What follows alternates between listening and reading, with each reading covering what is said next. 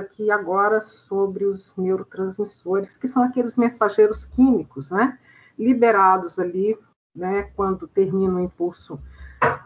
É possível outros tipos de sinapse. A gente está dando ênfase às sinapses químicas, mas existe também um outro tipo de sinapse, que é a sinapse elétrica. A gente não vai falar exatamente disso aqui, mas é importante que vocês entendam basicamente esse mecanismo, né? Então, você tem, só recapitulando, né? Você tem o estímulo, ele precisa ter uma intensidade X mínima para promover aquela despolarização do neurônio, né? Ele precisa de ter uma intensidade qualquer. Então, assim, ó, vamos imaginar o seguinte, olha, eu toco aqui na minha pele, tá? E aí eu sinto essa sensação, ok? Eu sinto essa sensação porque esse estímulo foi suficientemente intenso para produzir uma despolarização do neurônio. Então, como é que é essa despolarização? Dentro do neurônio, ele tem uma maior concentração ali, né, naquele prolongamento do soma, né, aquela extensão do corpo celular que é chamada de axônio. Você tem dentro, intracelularmente, portanto, uma maior concentração de carga negativa, mais do que em relação ao meio extracelular. Então, se diz, portanto, que esse neurônio está polarizado. E polarizado o quê? Negativamente, porque há uma maior concentração de íons negativos. Quando, para ele transmitir um impulso elétrico, é preciso que... desculpem. E aí, se você coloca lá um voltímetro, né, para medir essa carga, você percebe que ali dentro é mais ou menos, cerca de menos 70 milivolts. Para que o neurônio transmita o impulso elétrico, ele precisa diminuir, né, esse número de íons negativos, ou seja, se despolarizar. E em torno de menos 50, pelo menos 45 milivolts, ou seja, ele passa a ficar menos polarizado, né? Porque lembrando que em termos de números negativos, 45 menos 45, né, está indo mais para o lado do zero, ou seja, se despolarizando, né? E aí, com essa despolarização, pela ação da bomba de sódio e potássio, ou seja, abrem-se os canais, entram íons positivos, saem íons negativos, e ele se despolariza, e é justamente essa saída e entrada de ânions que faz com que o impulso navegue ali pelo axônio. Termina o neurônio, chamado pré-sináptico, ou seja, antes da sinapse, aí é liberado ali nas terminações do neurônio, são liberados esses mensageiros químicos, que são capturados pelo neurônio pós-sináptico, e novamente se traduz aí um impulso elétrico, e aí através dessa circuitaria, ou seja, deste caminho, você vai tendo essa transmissão neuroquímica, que na verdade é uma codificação da informação trazida pelo estímulo, seja ele qual for. Então, isso aí, só para recapitular a aula passada, a gente começou a falar desses mensageiros químicos, né? E aí, eu quero falar aqui desses aqui, né, da serotonina, que é bem conhecida aí, né, no caso de pacientes deprimidos, né? Então, quando a pessoa... Então, a gente já viu o quê? Que em relação à dopamina, baixos níveis de dopamina estão associados ao Parkinson. Só para ilustrar alguns exemplos, né? Altos níveis à esquizofrenia. E baixos níveis de serotonina estão associados aí ao quadro de depressão. Eu ia falar quadro de depressão porque se você pega o DSM, que é o Manual Estatístico de Diagnóstico, editado pela Associação Americana de Psiquiatria, e editado de tempos em tempos, ou seja, revisado de tempos em tempos, você tem ali os chamados transtornos de humor, e a depressão, ela tem várias manifestações. Esses transtornos de humor têm várias manifestações, né? Entre eles o mais conhecido é a chamada depressão, que lá no DSM é descrita como ele é descrito como a presença de um ou mais episódio depressivo maior. E aí confere toda aquela sintomatologia que acredito muitos aí já estejam familiarizados, né? Mas em termos farmacológicos, quer dizer, em termos químicos, melhor dizendo, o que você observa nessa depressão, né? Baixos níveis de serotonina. Então, toda a terapêutica medicamentosa está baseada em restaurar esses níveis de serotonina. E aí a gente viu na aula passada que as drogas que são usadas, elas podem ter um efeito ou potencializando, né, a ação desses neurotransmissores, e aí são chamadas as drogas agonistas, ou antagonizando. Na verdade, o mapa é mais complexo, mas vamos ficar aí só com agonistas e antagonistas, né? E aí os chamados mecanismos de ação descrevem como que essa droga vai interferir, né, com essa substância endógena. Então, por exemplo, quando você tem um efeito agonista, nós vimos na aula passada que isso pode se dar de diversas formas, né? Ou aumentando a síntese, ou tornando aquela substância por mais tempo disponível na fenda sináptica, ou, por exemplo, inibindo a recaptação, né, e, consequentemente, tornando mais disponível essa substância ali na fenda sináptica, né, por mais tempo, né? Então, esse é um efeito agonista. Então, as várias drogas antidepressivas, elas têm diferentes efeitos, ações farmacológicas, resultando todas em um efeito agonista serotonérgico, né? Então, gente, nós também somos seres químicos, né?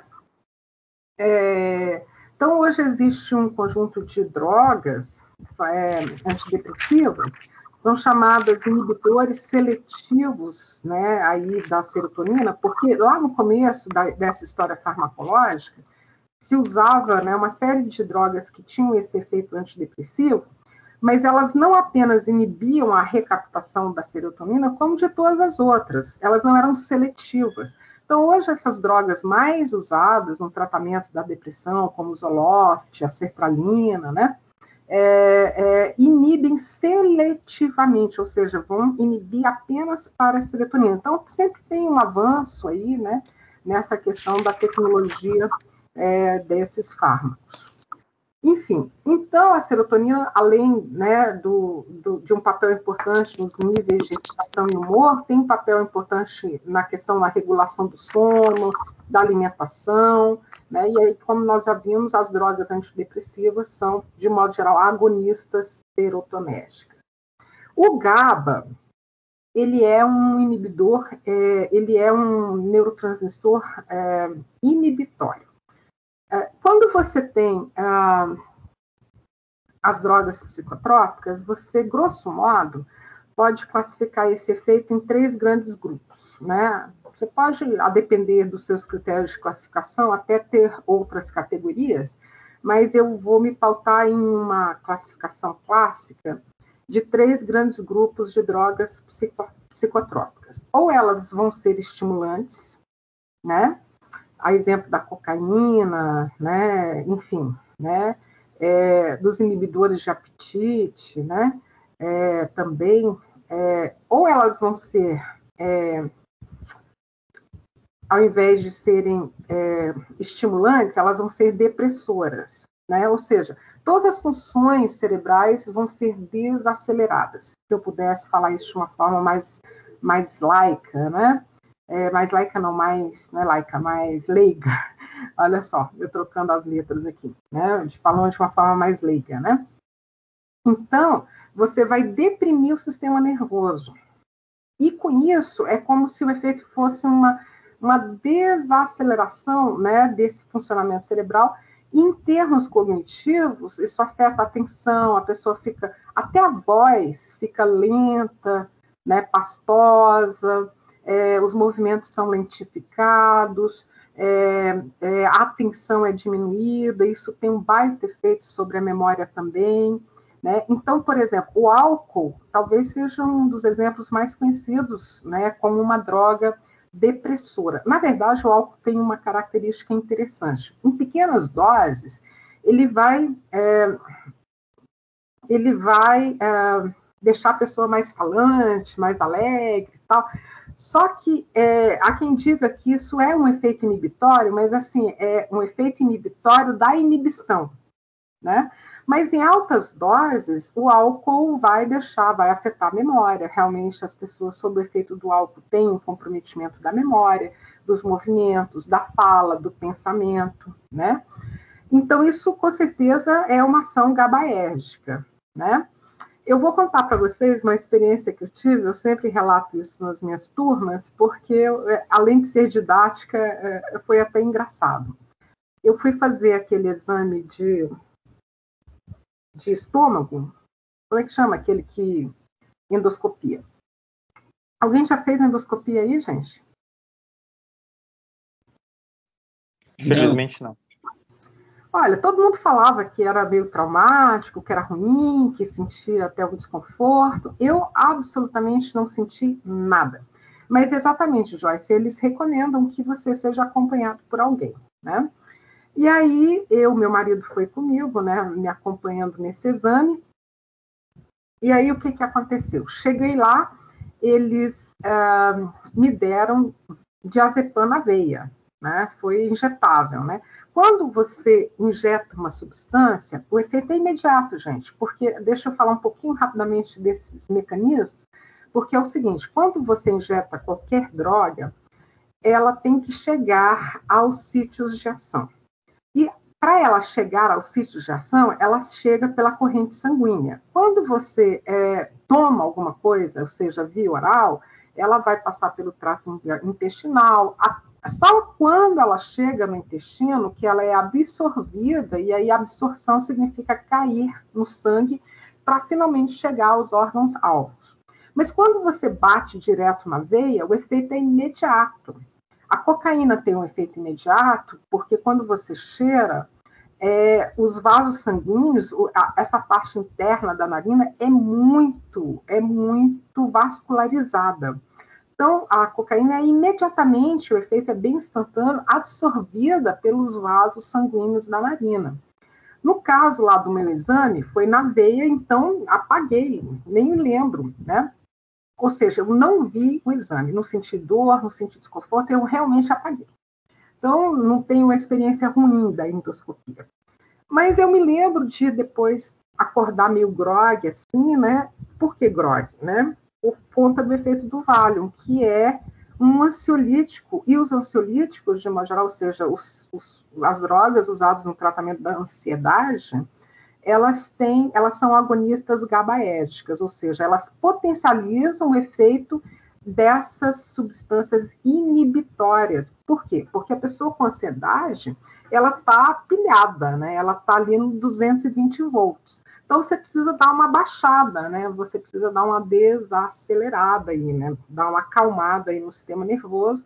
Daí se justifica o uso dessas substâncias ansiolíticas, ou seja, que quebram a ansiedade, diferente de ansiogênico, que é aquilo que produz ansiedade.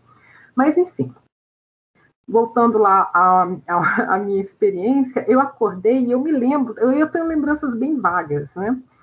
Eu me lembro de ser levada para uma espécie de salinha e eu lembro da enfermeira, alguém falando para eu esperar ali um pouco, que era para eu ficar ali um pouquinho e tal. Mas me deu uma sensação, assim, a experiência, né? Foi maravilhosa. Nossa, gente, eu juro, não estou fazendo apologia de droga nenhuma, não é isso. Estou relatando uma experiência, né? Eu me lembro, desculpem aí, mas eu me lembro assim, é como se nada fosse um problema, né? Então, assim, se alguém falar, seu carro foi roubado, né? Tipo, aconteceu alguma coisa muito ruim. Você tá tudo bem, para você tá tudo ok, né? Eu me lembro que foi uma sensação tão boa, que eu falei, isso é engraçado que eu me lembro de falar para a enfermeira assim, olha, eu vou voltar novamente, eu quero fazer isso de novo. Aí ali eu entendi por que essas substâncias, os ansiolíticos, são consideradas drogas de abuso, porque realmente o efeito é interessante, sabe? Te desliga, né? E, bom, mas aí o que foi engraçado foi que isso foi lá no setor hospitalar sul, em um daqueles prédios que é cheio de clínicas, andar a andar, e eu fiz o exame em um andar, e no mesmo prédio eu tinha que levar a biópsia para um outro andar. Engraçado como a gente se lembra de algumas coisas, né? E eu estava no balcão e a menina falava assim para mim, olha, você tem que levar esse exame na sala, tipo, 205, para fazer a biópsia. E aí eu falava assim, tá, eu vou então lá na sala 205 fazer o quê? Ah, você vai fazer a biópsia. Onde?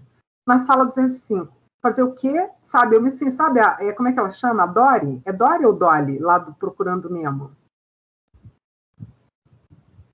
Dory, com Eu R. me sentia Dory, sabe? Eu esqueci. Eu lembro do meu marido falar assim: vamos embora, eu já entendi. E eu sempre tentando voltar porque não registrava. Ou seja, como você deprime o sistema nervoso central, aí falando em termos de efeitos sobre a cognição, a sua memória, principalmente a sua memória de curto prazo, vai para o espaço. Né? Você não retém a informação. Né? E aí eu me lembro, eu tenho fragmentos dessa experiência, né? Muitas outras coisas que podem ter acontecido, eu não me lembro, e dificilmente vou me lembrar, porque isso afetou o processamento da informação, né? A codificação. Depois que a gente for falar de memória, isso vai ficar mais claro, né? É que quando a gente fala de memória, existem vários processos. Então, eu tenho um processo que é da criação de um código de memória, um outro processo que envolve o armazenamento desse código, e um terceiro processo que envolve a recuperação dessa informação. Então, quando a gente esquece, a gente pode esquecer por falhas em quaisquer um desses processos, ou na codificação, ou no armazenamento, ou falhas de acesso, ou seja, de recuperação da informação. Então, ali deve ter comprometido, eu imagino, a codificação, principalmente, da informação, ou seja, eu não conseguia codificar, e por isso eu não me lembrava. Por quê? Porque o meu cérebro tinha sido, digamos assim, trocando, né, falando de uma forma mais tosca, desacelerado, né, baixado, né, ao seu nível ótimo de atividade. Né? Isso é efeito GABAérgico. Por outro lado, o glutamato tem um efeito excitatório. Né?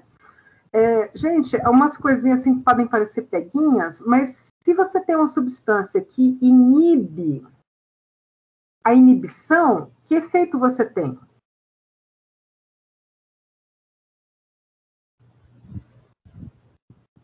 Agonista? O efeito excitatório. Né? Se você está inibindo a inibição, por exemplo, se você inibe o GABA, que é inibitório, que efeito você tem? Isso resulta em um efeito estimulante ou excitatório, entendeu? Sabe aquela coisa que a gente via lá há muito tempo atrás, eu pelo menos me lembro muito, menos com menos dá mais? Então, se você tem uma droga que, porventura, tem um efeito inibitório sobre o inibitório, que é o GABA, você acaba que resulta em um efeito excitatório. E no caso, o glutamato, ao contrário do GABA, tem aí um sinal contrário, né? Ele vai ter um efeito excitatório. As endorfinas caem ali naquele grupo, né, dos neurotransmissores, neuropeptídeos, e ela está envolvida com o alívio da dor. Olha, para vocês entenderem, sabem aquilo que eu falei na aula passada, da chave, da fechadura, do encaixe, né? Então, se você toma morfina ou heroína, e esses opiáceos ou opioides, né, produzem um efeito farmacológico próprio deles, produzem porque existe fechadura, entre aspas, né? Existe um encaixe para essas moléculas no nosso corpo. E se existe o encaixe para essas moléculas no nosso corpo, é porque o nosso corpo sintetiza substâncias farmacologicamente análogas. E como é fabricado pelo nosso corpo, ela vem com esse prefixo endo, né, de dentro, de endógeno, né? Então, a morfina é exógeno, mas a endorfina é fabricada pelo nosso, e tem um papel aí no alívio da dor. Pessoa que está com câncer, sofrendo, né, de dor ali na sua fase terminal do câncer, toma morfina, né? Mas o efeito da morfina se explica porque ela vai se ligar a receptores que já existem no nosso corpo, e justamente existem porque nosso corpo produz substâncias farmacologicamente análogas à morfina, certo? Então, quando você passa aí por um acidente ou um grande susto, né, e está todo estropiado, todo quebrado, você consegue fazer, né, pedir ajuda. Eu me lembro de um amigo que sofreu um acidente de carro, o carro capotou e caiu numa ribanceira, e ele acordou e ele subiu, escalou o barranco, pediu ajuda, parou carros. Só depois que todos foram socorridos é que ele começou a sentir a dor, né? Aí que foi ver, realmente ele tinha quebrado osso, estava todo, né, escoriado, enfim, né? Então, por conta dessa ação aí das endorfinas, né, que são liberadas aí em uma situação de estresse. Alguma dúvida sobre isso, gente? A nossa passagem por essa base mais neural, né, falando um pouco sobre o que acontece, né, nesse substrato neural, vai ser é muito descritiva e muito breve, né? Esse não é um curso de neurociências, né? Então, é só para vocês entenderem que, enquanto a gente fala desses processos cognitivos, quer dizer, enquanto se dá um processo de memória, de percepção, enfim, enquanto se dá alguma coisa relacionada ao processamento da informação no campo do simbólico, essas coisas vão estar acontecendo no substrato neural, né? Esse funcionamento básico aqui subjaz todo esse processamento da informação. Então, alguma dúvida sobre esses aspectos aí?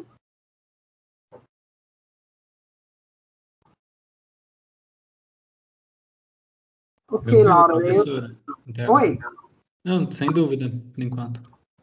Ok, a Laura falou que, em relação ela também fez uma endoscopia, que ela não sentiu nada, mas ela ficou bem letárgica. Mas por conta desse efeito inibitório, né? Do GABA, da ação, muito provavelmente, de algum ansiolítico que tenha sido usado para te sedar ali, né? Porque apaga, né? O golpe Cinderela é baseado aí no uso de um ansiolítico potente, né? Que é o Roipinol, né? Ok? Bom, aí a gente ainda falando de cérebro, para encerrar esse assunto, observando o cérebro. Gente, se você observa o cérebro, você não vai ver um pensamento, uma imagem, né, uma representação simbólica. Você vai ver o quê? Padrões de atividade neuroquímica, né? Mas isso lança luz, né? Realmente nos permite insights muito interessantes, né? Não só sobre o funcionamento do cérebro, mas também sobre a cognição. E embora mais recentemente as técnicas de neuroimagem tenham, né, nos permitido avançar anos-luz, talvez haja um exagero, mas avançar bastante na compreensão desse funcionamento cerebral, o estudo do funcionamento do cérebro, ele é mais antigo, né? Então, nós temos, por exemplo, uma forma, seria com os estudos pós-mortem. O que é isso? Depois que a pessoa morre, pós-mortem, você vai lá e abre, né, o cérebro dela e vê lá que áreas foram lesadas em função de um acidente, né? Ou se uma pessoa tem um comportamento atípico, né? Você vai lá e faz, né, depois da morte da pessoa, estuda esse cérebro. Então, você está aí 2 ou 3 exemplos brevemente. Um eu já cheguei a citar aqui, que é o Phineas Gage. Phineas Gage era um americano, considerado boa praça, usando uma gíria antiga, né, que trabalhava numa ferrovia, na construção de uma ferrovia, houve uma explosão e uma barra de ferro, vocês devem observar aqui, de grosso calibre até, perfurou o crânio dele. Aqui é o Phineas Gage, ele perdeu uma visão, como vocês podem ver, né? Sabe aquele cara gente boa, tranquilo? Mudou completamente personalidade até, né?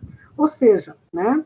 Então, aspectos, a nossa personalidade, ela também, se você for um cara das neurociências, vai tentar entender a personalidade em termos também de padrões, né? Não só anatômicos, mas neuroquímicos também, né? Mas, enfim, quando ele morre, e o que foi incrível é que ele ainda sobreviveu a esse acidente, mas, como eu disse, mudou completamente o padrão comportamental dele. Se tornou impulsivo, agressivo, puxador de ponta, sabe aquele cara que era tranquilo? Mudou, sabe? É como se a personalidade dele passasse a ser, depois do acidente, outra pessoa, né?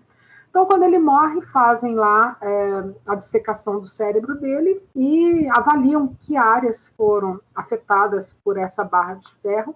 E a ideia é fazer uma correlação com todo aquele padrão comportamental. Então, isso é uma forma de estudar o cérebro, né?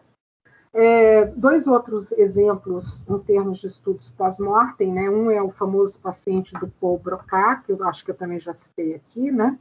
Que tinha uma afasia. E quando ele também morre, né, ele foi estudado pelo Broca por muitos anos, quando ele morre, dissecam o cérebro e identificam ali a área associada àquele quadro afásico e em homenagem ao Broca, né, que estudou esse paciente por muitos anos, deram o nome dessa área a ele, né, quer dizer, deram o nome dele a essa área, né, então a área de Broca, que é associada a um tipo específico de afasia. De novo, foi um estudo pós-mortem. E na década de 60, só para citar um terceiro exemplo, esse eu particularmente achei muito interessante, um cara nos Estados Unidos subiu num telhado de uma universidade. Antes disso, se não me engano, ele matou a mãe. Posso estar enganada, mas acho que ele matou ou o pai ou a mãe. E aí ele subiu, isso foi acho que em 1970, foi na década de 60, e lá de cima desse telhado na universidade, ele atirou em matou muita gente. E depois se matou. Mas olha que interessante, ele percebeu que alguma coisa estava errada no cérebro dele, e ele deixou uma carta, né? Porque a ideia dele era matar e suicidar-se, né? E se suicidar. Aí ele deixou uma carta pedindo que o cérebro dele, que o corpo dele, né, fosse levado, né, e o cérebro dele estudado. E, de fato, encontraram um tumor gigantesco no cérebro dele, né? Agora, o que é interessante é que ele percebeu essa mudança, mas e a ausência completa que ele tinha no controle do impulso, né?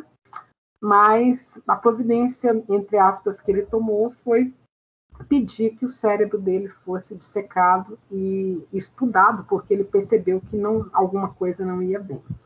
Pessoal, alguma dúvida sobre isso, os estudos pós-mortem? Tranquilo? Bom, outras formas de estudar o cérebro são os estudos com os animais, né? Isso é muito polêmico, né? Obviamente existem vários movimentos, eu particularmente, o slide está atrasado. Agora vocês veem qual? Dos animais? 24, sim, animais. Certo. Então, são estudos muito polêmicos, porque se você olhar a história da farmacologia, o que se fez, o que historicamente se fez com os animais é uma coisa inimaginável nos dias de hoje, né?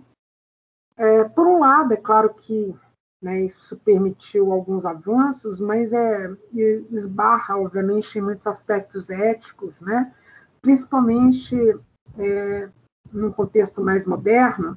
Alguns países, não sei se é a Nova Zelândia ou a Austrália, já reconheceram que os animais não humanos são indivíduos também cognoscentes, né, dotados de consciência, enfim, né? Então, hoje, para você conduzir estudos com animais, isso esbarra em muitas barreiras éticas da minha parte, felizmente, né? Eu até incluí algumas imagens menos aversivas, porque buscando imagens com esse título, Estudo com Animais, você vê imagens muito impactantes, né? Mas vamos lá. Esse aqui da direita faz alusão a um estudo muito interessante do Miguel Nicoleles. Não sei se vocês já ouviram falar ou conhecem alguma coisa do Nicoleles. O Nicoleles ele tem aparecido mais na televisão, batendo muito aí na questão, no manejo da pandemia, né? Mas ele é um pesquisador brasileiro, respeitadíssimo, não apenas no país, mas mundo afora, né? E uma coisa que ele fez foi,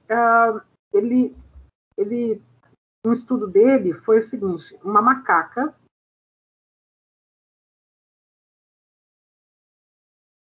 porcos adoram videogame e macacos também. Então ele tinha lá uma macaca que jogava videogame. E eletrodos eram conectados ao cérebro dessa macaca, né, e capturavam os sinais elétricos responsáveis, associados ali ao movimento motor, né, que a macaca executava com joystick. O que ele fez? Ele decodificou esses sinais elétricos e conectou a um braço mecânico. E esse braço mecânico executava os movimentos motores, replicava os movimentos motores da macaca. Lá pelas tantas, e é isso que foi muito interessante, essa macaca percebeu que o braço, o terceiro braço, ou seja, o braço robótico, era uma extensão dos pensamentos dela. E ela, a lei do menor esforço, né, cruzou os braços e deixou o braço mecânico executar as funções motoras, né, em termos de controle, que ela, na verdade, era quem controlava o braço mecânico, ela sacou isso, né. Então, o Nicoleles, isso passou um tanto despercebido na Copa de 2014, era para ter, ou para se dar pelo menos maior destaque, né, a um chute de uma criança com uma perna robótica, abrindo a Copa do Mundo no Brasil em 2014. Isso aconteceu, mas não houve, pelo que eu me lembro, um grande destaque a esse evento, né? Mas era para ser assim, algo extremamente simbólico, né? Um brasileiro ali na ponta na ponta realmente, né? Top na área de neurociências, né? Um dos brasileiros em tempos modernos com chance, né? de um Nobel, né? Então ele antes lá do primeiro jogo mesmo, tipo, o chute inicial foi dado por um menino com uma perna robótica. Alguém se lembra disso? Ou sabia disso? Sim, professor, até escrever isso no site, lembrando por que ele é conhecido, né, que teve esse episódio, e agora na pandemia ele tá muito em voga, que ele acho que é o presidente do CONAS, que é o Comitê de Assessoramento Científico do Nordeste, né, para os governadores da pandemia, por isso que ele tem falado bastante, mas lembro bem desse Porque ele episódio. tem ali uma sede ali no Rio Grande do Norte, ele começou ali, né, montou ali o seu laboratório, onde hoje trabalha o Siddhartha Ribeiro, né, que foi pupilo dele, né, enfim. Então, um cara bem conhecido, né. O Siddhartha Ribeiro é ex-aluno aqui da UNB, da Biologia, né, um cara também conhecido bastante aí no Brasil e no mundo, mas enfim. Então, isso aqui é só para ilustrar também um outro tipo, quer dizer, como ver dentro do cérebro, né? Obviamente, é compreender né, padrões de personalidade, motores, e tentar fazer, mapear o cérebro em termos de áreas, locos de controles importantes para vários aspectos da cognição, do comportamento, enfim. Gente, vamos para o outro slide. Falando agora de algumas outras técnicas, como, por exemplo, chamados registros elétricos. Então, nós temos aqui os eletroencefalogramas, os EEGs, que são, aqui é só uma ilustração, a pessoa vai, né, para uma, sei lá, pode ser para um hospital, um centro de pesquisa, vocês observem que eletrodos, como se fosse uma touca, né, são fixados aqui no couro cabeludo, né? E aí a pessoa geralmente, essa técnica foi muito utilizada para entender os ciclos do sono. E a pessoa ia lá para o centro de pesquisa, colocava essa touquinha e passava a noite, dormia. E aí, enquanto ela dormia, são eletrodos, portanto, são devices, são, como é que eu posso dizer, né? Equipamento para registro das ondas elétricas do cérebro, ok? E aí, quando esses eletrodos capturam essas ondas elétricas, há um registro do padrão dessas ondas elétricas que vocês podem ver aqui no slide de baixo. Observem que essa onda de cima ela tem um padrão diferente dessa onda de baixo. Então, com isso, e ainda na década de 50, eles conseguiram mapear aí as fases do sono, né? Então, é um registro da frequência, frequência dessas ondas e intensidade, né? Então, frequência dada aí pelo número de ciclos completos em um segundo, e a intensidade tem a ver com a amplitude da onda. O que acontece com o eletrodo? Você coloca aqui no couro cabeludo, e aí ele vai registrar o disparo neuronal. Ele vai ter um time muito bom, ou seja, ele tem uma resolução temporal boa. Mas como tem o couro cabeludo, quer dizer, ele não vai ser muito preciso, porque existe uma barreira, né? O couro, o crânio e tal. Então, ele não vai ser muito... A resolução espacial não é muito boa. É assim, é mais ou menos assim, olha, teve um disparo mais ou menos aqui. Mas aonde? Aonde? Porque lá no cérebro, você vai ter, assim, às vezes, áreas milimetricamente próximas, mas envolvidas em coisas distintas. Então, o EEG, ele não tem boa resolução espacial, em função mesmo dele ser, né, colocado aqui no couro cabeludo e ter camadas, né? A exemplo da própria derme, né? Depois uma camada óssea. Então, com isso, essa resolução espacial ela é um tanto difusa. Mas, em termos de resolução temporal, esse timing vai ser muito bom, né? Então, a EEG tem a vantagem da resolução temporal. Então, logo haja o disparo elétrico naquela área, ele captura. Mas, em termos de resolução espacial, ele vai ser um tanto difuso. Entenderam? Entenderam, gente? Bom, e aí tem um outro tipo de EEG, que é muito usado em pesquisa, que é o chamado potencial relacionado a evento. Então, como que é isso? Eu quero entender um tanto da cognição. Por exemplo, quero ver vamos imaginar uma tarefa de memória que envolve estímulos aversivos. Então, como é que é isso? O cara tem, por exemplo, medo, uma tarefa que envolva, não precisa ser de memória, mas enfim, alguma coisa que envolva estímulos aversivos.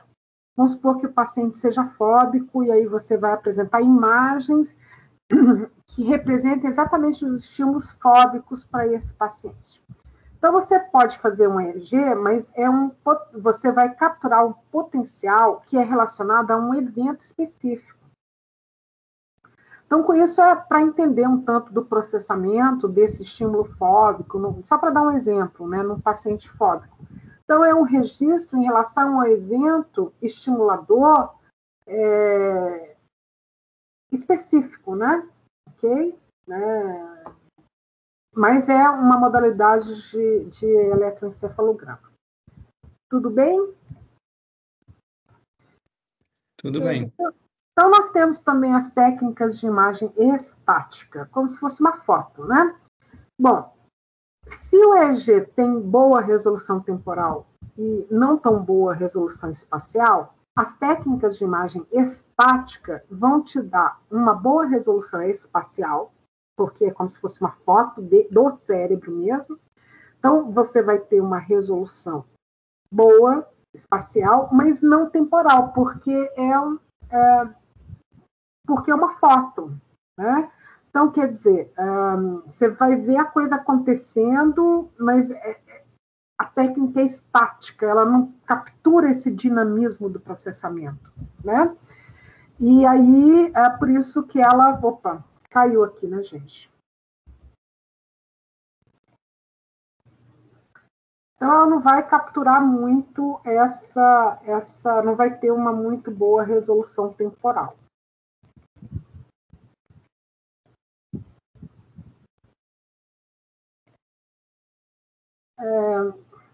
Deixa eu colocar aqui. Não, a gente está aqui, né?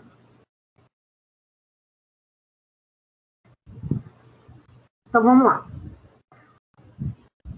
Então, quais são essas técnicas? Por exemplo, o raio-x, né? O raio-x é uma técnica, né? Ele vai ter um caráter um tanto cristalizado. Então, são técnicas baseadas no raio-x, mas tem uma resolução limitada. Algumas técnicas, o angiograma. O que é o angiograma? Então, vamos imaginar que é como se fosse um mapa, uma foto, né, dessa rede vascular do cérebro, vascular, né, de veias, né, do cérebro, né? Então, você vai conseguir identificar ali, por exemplo, algum nódulo, avaliar a extensão de um derrame, mas ela é limitada em termos de resolução, né? Tomografia computadorizada, que é uma técnica baseada no raio-x do cérebro, né? E a ressonância magnética. Observem que essa não é a ressonância magnética funcional, é a ressonância magnética. Ela, diferentemente da ressonância magnética funcional, que é uma técnica metabólica, aqui a ressonância magnética ela é mais estática, porque é como se fosse uma imagem do cérebro, como se fosse uma foto. Tá? Então, você tem um scanner que detecta alterações de padrão eletromagnéticos, gerando uma imagem tridimensional, mas lembrando que essa é uma imagem estática, mas que tem uma mais alta resolução, né, e é feita com cérebro vivo. Aí houve um avanço, né, e aí a gente vai ter a ressonância magnética funcional, né, que, diferentemente, já não ela é mais dinâmica, né? Porque ela é uma imagem metabólica. Como assim? Então, alguma coisa está acontecendo no cérebro. Gente, a ideia aqui, basicamente, assim, a essência é que se essa área, vamos supor que uma área imediatamente aqui abaixo, né, nessa posição, esteja trabalhando, e a ideia é que, se a tarefa, por exemplo, é uma tarefa de memória, é uma tarefa de raciocínio, é uma tarefa que envolve tomada de decisão, então, falando dos diversos processos, né, cognitivos, se é uma tarefa linguística, então você faz uma ressonância e aí você vê qual área é mais ativa no processamento subjacente a esses diferentes processos. Bom, essa área que é mais ativa, ela vai consumir mais sangue, ou seja, vai haver uma maior destinação de sangue para essas áreas. Mas o sangue o sangue ele é um composto, né? Então, você tem um composto de diferentes células, o nosso sangue é vermelho por conta da presença do ferro, que é um metal. Então, se tem metal, né, e há um maior deslocamento de sangue, esse metal, ele pode ser capturado, né? Você pode ter como é que eu posso dizer? Se você tem um ímã, né, você gera um campo eletromagnético e você consegue aí ter uma imagem em função desse deslocamento de sangue considerado, né, digamos, esse campo eletromagnético que foi gerado pelo ímã, mas assumindo que lá no sangue também tem a presença de metais, metal especificamente, a exemplo do ferro, né? Entenderam a explicação? Mais ou menos? Sim, deu para acompanhar um pouquinho. Então tá, mas aqui, então, com isso, assim, a ideia é que, na verdade, sabe aquele equipamento, né, da ressonância? Na verdade, aquilo é um ímã gigante, né? E aí você desliza ali para dentro. A vantagem é que essa não é uma técnica invasiva. Para algumas pessoas, talvez pode ser meio claustrofóbico. Eu já fiz esse exame, achei muito tranquilo. Você tem que ficar, você só não pode mexer, né? Tem que ficar quieto para qualquer movimento com a cabeça, né? Afeta aí a leitura dos resultados, né? Mas não é desconfortável, não é doloroso. Eu até fico sem entender por que muitas pessoas têm medo, né? Enfim, não é doloroso. Talvez possa ser um tanto só claustrofóbico para algumas pessoas e a gente tem que legitimar isso também. Mas, enfim, a questão é que aquilo é um ímã gigante, né? E lembrando que que aí tá. Aí, se você tem uma tarefa específica, o cérebro, a área do cérebro vai recrutar mais sangue. E aí, então, vai ter mais sangue naquela área do que em outra.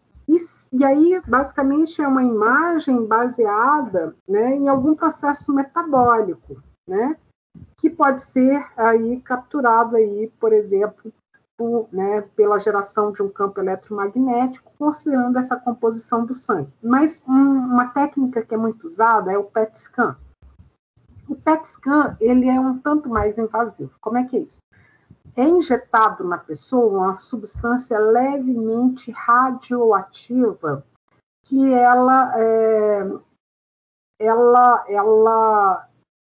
se liga às moléculas de oxigênio, né? E o sangue né? Você tem o sangue que é oxigenado, né? E aí, o que acontece? A tomografia por emissão de pósitrons, que é o PET scan, ele mede a elevação no consumo de oxigênio presente no sangue durante determinados tipos de processamento da informação. Porque o que acontece? Esse oxigênio, ele é radioativo, né? Que emite pósitrons quando metabolizado. Lembrando que a gente está falando de imagens metabólicas. Então, segue-se a tomografia para a detecção dos pósitrons. É isso que é um PET scan, né? É um escaneamento, é uma tomografia, né? Uma vez, mas a ideia é que você injeta essa substância, né, levemente radioativa, que se liga ao oxigênio, aí tem a tarefa, né, recruta mais sangue, e aí esse sangue oxigenado vai para aquela área, e à medida que esse oxigênio é metabolizado, ele emite esses pósitrons, e em função dessa emissão de pósitrons, ou seja, né, um processo metabólico ali, né, é que é feita essa imagem. Bom, tem baixa resolução temporal. Por quê? Porque até esse oxigênio, né, radioativo emitir os pósitrons, né, esse time aí ele pode não ser muito sincrônico, né? Quer dizer, começa, né, digamos aqui, mas ele captura só depois que existe essa metabolização. Então, essa resolução temporal não é muito afinada, né? Porque existe aqui um tempo mínimo de meio minuto para produzir. Eita, gente! Aqui, produzir. Nossa, aqui foi um erro de digitação tremendo, eu nem tinha percebido. Para produzir, enfim, alguma coisa, alguma mudança, né, no consumo da glicose como resultado desse metabolismo. Nem eu sei o que eu quis dizer aqui. Oi? Essa substância é o que eles chamam de contraste? Ou não, é outra coisa? O contraste é baseado na mesma lógica. Ah, tá. E aí, aqui um exemplo do que seria uma imagem de PET scan, comparando. Então, observe que é como se o cérebro acendesse, porque, de fato, está tendo. Ele está capturando esse metabolismo do oxigênio, que é radioativo, certo? Mas é um grau de radioatividade controlada, não é, né, algo que seja uma ameaça para a pessoa. Então, você vai ter. É como se o cérebro acendesse, né, áreas, e aí você interpreta, você tem uma imagem do cérebro ou de áreas específicas, né? Então, aqui, eu trouxe aqui um PET scan de um cérebro normal, de uma pessoa que tem um leve comprometimento cognitivo, leve, né?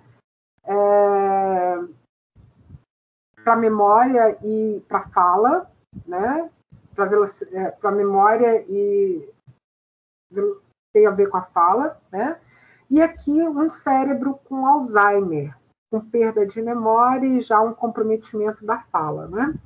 Observem que, olhando para essas imagens, o que vocês poderiam falar de diferente?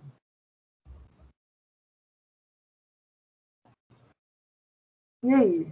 A vascularização? Mas não é uma questão de vascularização, mas assim, áreas falando do cérebro, olhando assim, é perceptível, né, as diferenças entre as imagens. Oi? Áreas Ah. que... Sim. Não, vai lá, pode ir, Arlan. São áreas utilizadas no processamento de informações? Aqui são imagens metabólicas, eles compararam, né? Fizeram imagens do cérebro de pessoas, né? Então tem o controle, que é o cérebro normal. Obviamente, em termos de pesquisa, esse cérebro, ele tem que ter, então, em termos de idade, é como se eu pegasse pessoas da mesma faixa etária, e tem que levar em consideração isso, né? Do mesmo gênero, por exemplo, né? Enfim, e uma que está normal, eu tenho essa imagem. Lembrando aqui que isso aqui é PET scan, ou seja, baseada no metabolismo do oxigênio ionizado, radioativo. Tá?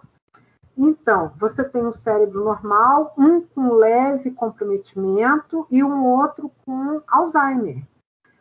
Então, olhando, é como se a impressão que eu tenho é que esse cérebro com Alzheimer, depois, quando você vê a imagem desse cérebro com Alzheimer no exame pós-mortem, é como se fosse o cérebro passa, né, gente? Ele encolhe, né? Ele, não sei, ele vira um cérebro passa, né? Então, é uma degeneração, né? Do cérebro em termos macroscópicos que você consegue ver, é como se essa parte aqui do cérebro já tivesse deixado de funcionar, né? Não está mais funcionando toda essa parte aqui, né? Que você vê ativa aqui, ó, no cérebro normal, tá vendo? Em termos de atividade cerebral, a diferença é gritante, né? Então, há diferenças no funcionamento aqui, de uma forma muito clara.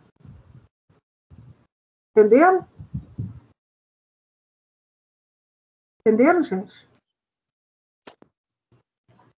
Aqui já a ressonância magnética funcional usa campos magnéticos para construir uma representação detalhada em 3D dos níveis de atividades nas várias partes do cérebro. Ela é baseada na ressonância magnética, mas ela é baseada no aumento do consumo de oxigênio, lembrando que esse oxigênio, né, ele tem o ferro na sua composição.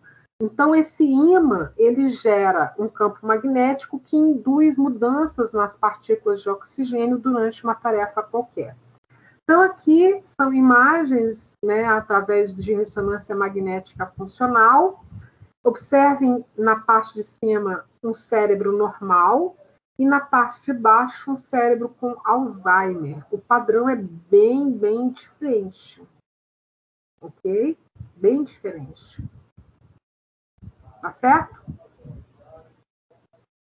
Interessante, né, que você comparar com imagem do PET scan, é totalmente ao contrário, né?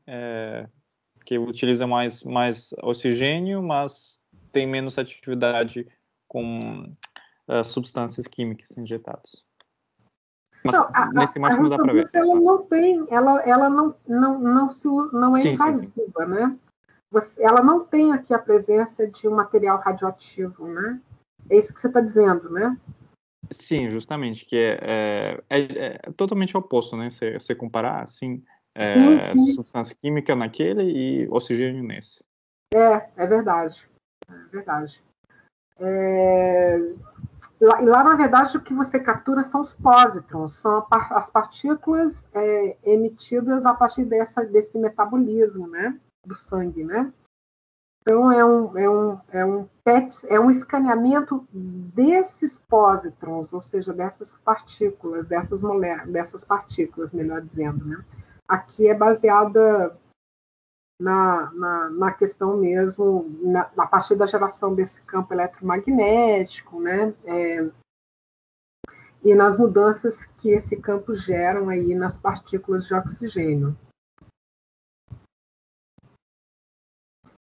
Enfim, pessoal, esse daqui foi uma foto, eu fiz um recorte de uma foto do livro que eu compartilhei com vocês, do capítulo, que eu achei, ela está meio, a resolução não está muito boa, mas aqui é o seguinte, o que eu quero destacar nessa figura? nós vimos alguns tipos de técnicas para mapear, né, o funcionamento do cérebro, para entender o cérebro, para olhar dentro do cérebro de alguma forma. Então, essas técnicas, elas... Aqui, olha, pode-se observar o cérebro em vários níveis de resolução espacial, desde uma molécula até o cérebro como, né, a estrutura macro, como um todo. Enquanto se percebe a mente como uma sucessão de eventos por períodos breves, como milissegundos, né, ou, né, mais tempo. Ou seja, o tempo que leva para o neurônio se comunicar com o outro, ou longos, como a vida toda. Então, nas últimas décadas, eu vou ler aqui, não sei se vocês estão conseguindo ler, mas para vocês entenderem que é a legenda da figura. Nas últimas décadas, os cientistas desenvolveram uma variedade considerável de técnicas capazes de trazer,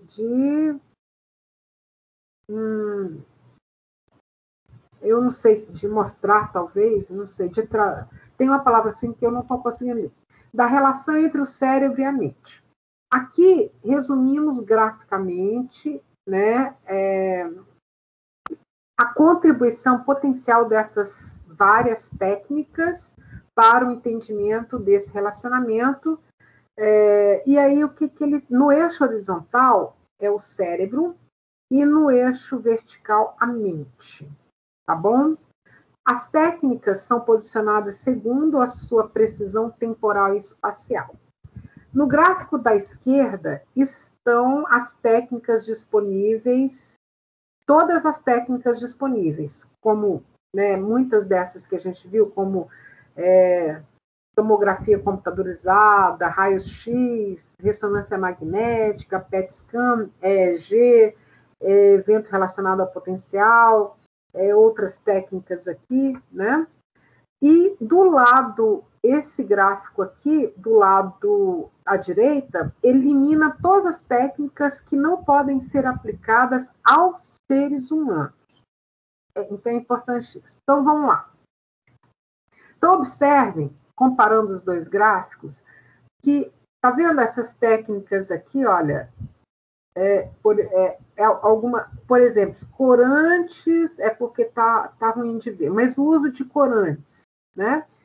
Corantes mesmo. Isso é usado com animais, por isso que não está aqui, né? Então, algumas, sabe aquela coisa assim, uma justificativa do uso de modelos animais é justamente a barreira quanto ao uso dessas técnicas, né, com humanos. Então, assim, só para dar alguns exemplos, né? Uma vez eu li um livro, é ficção, mas eu não corri atrás para confirmar, mas lá nesse livro é relatado que foi feito há muitos anos atrás um transplante de cabeça entre dois cães. De verdade, eu não sei se isso é fato ou não. É relatado lá como fato, né, como evento que realmente aconteceu. Mas eu não vou afirmar para vocês que aconteceu. A gente sempre fica com o pé atrás, embora no livro seja relatado como um evento real, tá? Eu nunca me dei o trabalho de realmente confirmar isso. Mas vamos supor que alguém resolva fazer um transplante de cabeças. Bom, eu não vou fazer isso com gente. Então, se justifica... digamos assim, os animais foram muito, muito usados, né, e ainda são, né, se justificando o uso desses modelos animais em função... a gente faz com os animais, mas não faz com as pessoas. Então, algumas dessas técnicas aqui são usadas só com modelos animais, e elas estão excluídas do gráfico da direita. Então, no caso dos humanos, o que você vai ter? Você vai ter, né, aqui, olha, a ressonância magnética funcional, o PET scan, a tomografia computadorizada, né, o EEG. Então, aqui só aquele conjunto mesmo de técnicas para ver o cérebro usadas com humanos. Tá certo? Todas essas aqui, olha, né, que são listadas aqui, são usadas exclusivamente com animais. Entenderam a diferença? O que esse gráfico está mostrando? Entenderam, gente? Sim, professora. Ok. Professora, aqui... uma dúvida. Oi. Dúvida. Bom, suponhamos que os testes em animais sejam, por exemplo, proibidos ou abandonados, né, um dia. Como que serão realizados esses testes, que hoje em dia são realizados somente em animais? Tem outras formas de investigar, assim, o mesmo processo? Eu não sou muito dessa área, mas eu acho que o pessoal tem alternativas, né? Por exemplo, antigamente, quando eu fiz a minha graduação, eu estudei com peças anatômicas mesmo, sabe? Do tipo assim, de ter a peça anatômica animal e humana, quando eu fiz anatomia, lá na minha graduação, né? Eram peças anatômicas de animais ou pessoas mortas mesmo. Vocês chegaram a ter isso na graduação de vocês?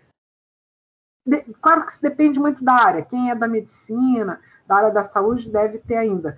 Mas, por exemplo, em outros cursos de saúde, aí, alguém aí, ou mesmo, mas na psicologia, eu tive essa experiência.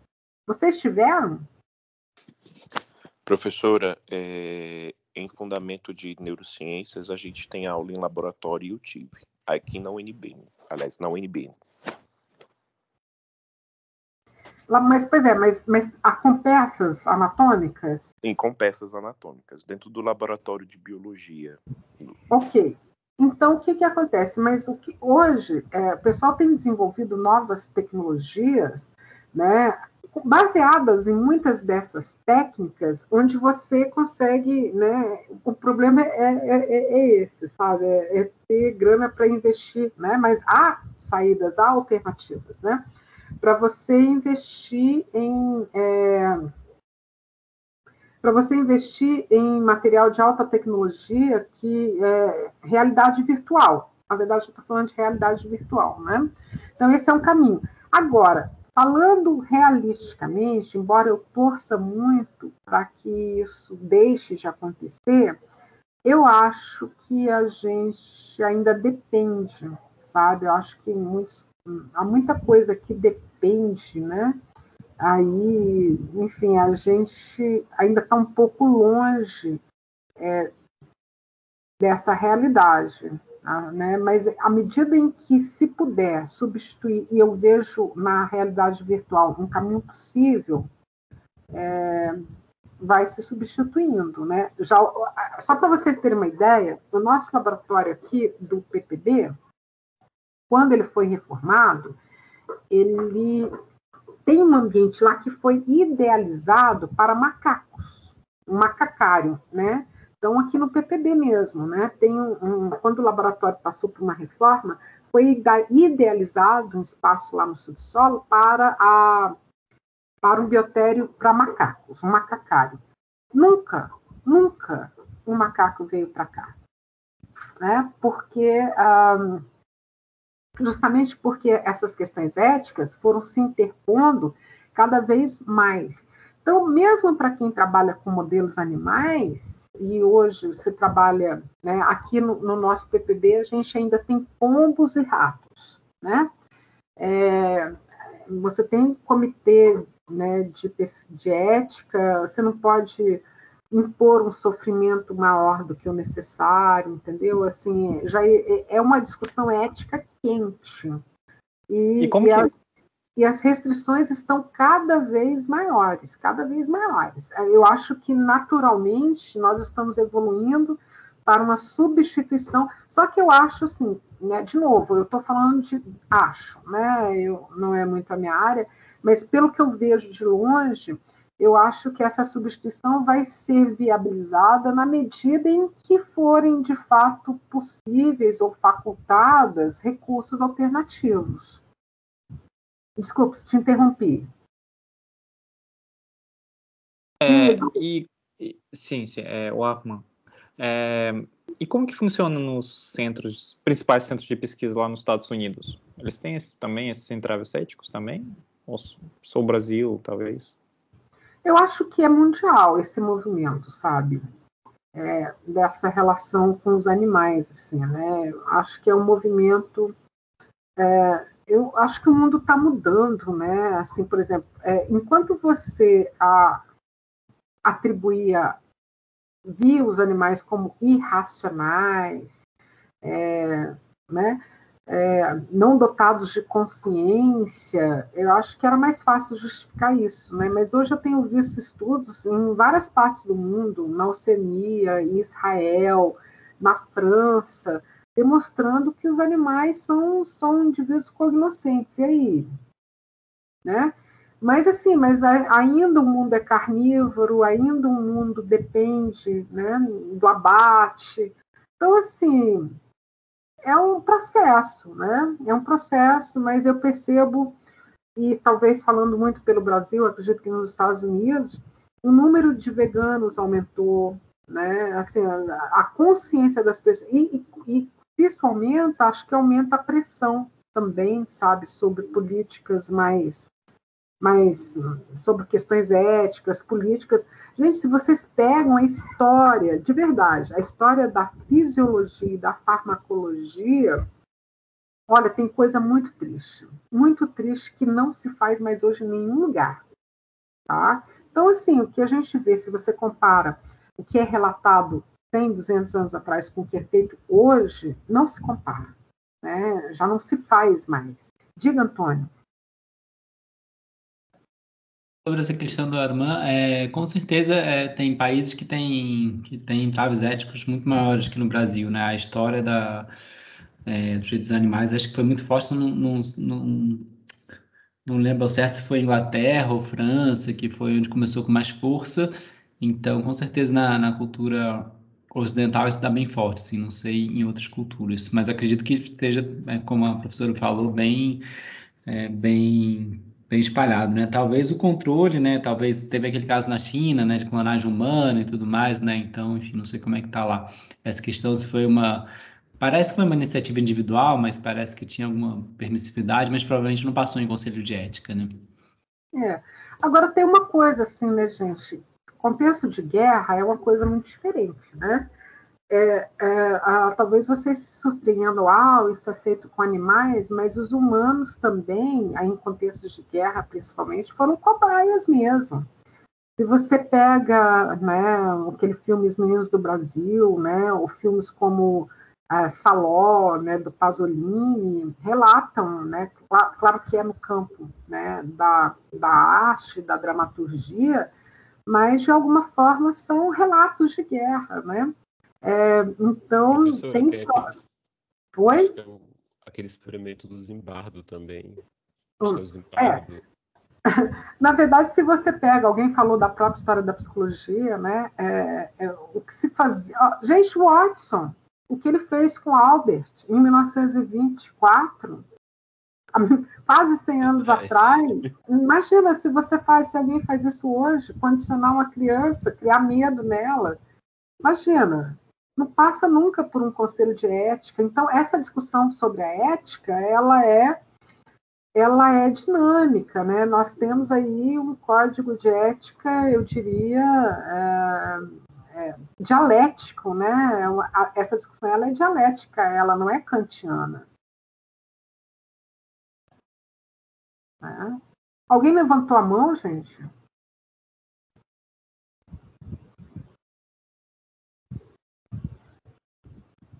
Para eu, professor. Não, foi eu que tinha levantado mais cedo.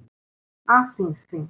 É porque a gente vai conversando aqui, aí eu não sei se o pessoal já falou que levantou a mão. Então assim, eu acho que para quem trabalha com modelos animais tem sido cada vez mais difícil, limitante. Por um lado, né, o meu lado não de pesquisadora, né, mas como protetora animal eu fico feliz, mas eu reconheço também que há uma grande dependência, mas é isso, à medida que forem surgindo alternativas, eu tenho certeza que essas alternativas vêm substituindo, né, essas práticas e as coisas têm que ser discutidas, a pressão contínua, enfim, né?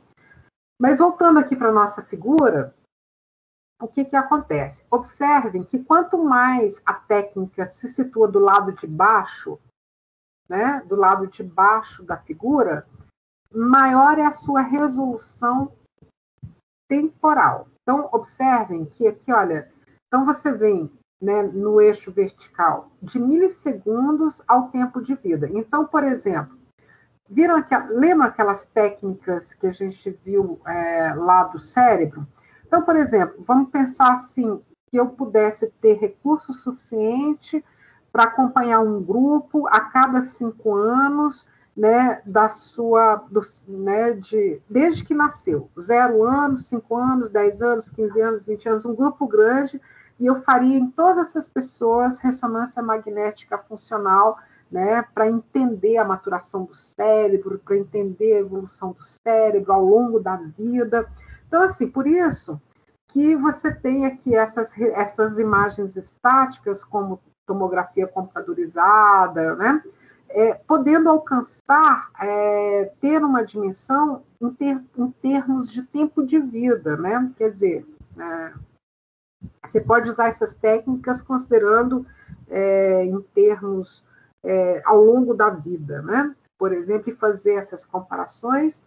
E aqui, observem que no eixo horizontal aqui tem a ver com a resolução espacial. Então, essa é uma técnica que, em termos de tamanho em milímetros do cérebro, ela tem uma maior resolução espacial, por exemplo, do que o EEG. Observem que a caixinha dessas técnicas aqui, como a tomografia, o PET, a ressonância, ocupam em milímetros, né, cobrem uma área maior do que a técnica, por exemplo, como é EEG. Né? Então, a área coberta aqui, né, ou seja, isso confere uma maior resolução espacial a essas técnicas.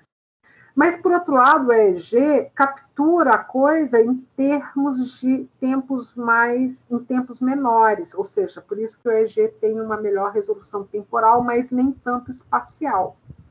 Então, quanto mais próximo do zero, melhor a resolução temporal, né, no sentido, considerando essas informações no eixo vertical, mas lembrando que mais do que capturar milissegundos, tem a ver também com por exemplo, você vai usar um EEG em termos de evolução do cérebro ao longo da vida? Não sei, não faz muito sentido, né? Uma ressonância que seria mais apropriada. E aqui também, em termos de lugares, né, onde se usa os níveis do cérebro de análise, né? Então essas técnicas aqui, né, são técnicas muito utilizadas para o cérebro em termos mais macros, né? Não são técnicas exatamente usadas para uma análise de sinapse ao nível molecular, não, são técnicas mais macro, né? Bom, sobre essa imagem, o que eu queria destacar é isso. Alguma pergunta, gente? Isso está no livro de vocês, né? Se vocês tiverem uma curiosidade, podem dar uma olhada mais atenta lá. Tá bom?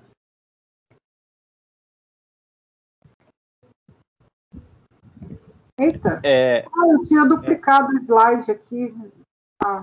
Oi? Então, eu encontrei o mesmo livro, só que em inglês, né?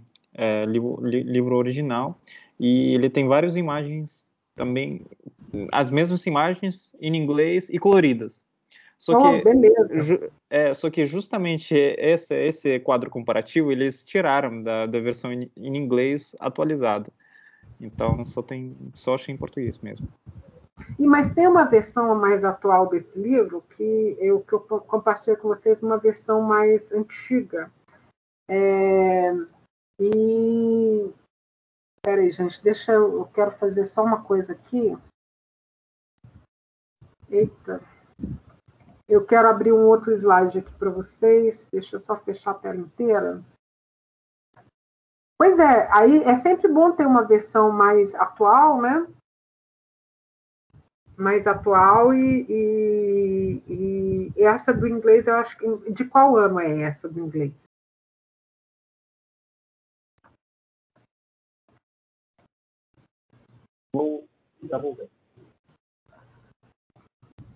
Gente, eu estou procurando aqui um outro slide para começar a falar com vocês. Espera aí, deixa eu ver onde é que ele está.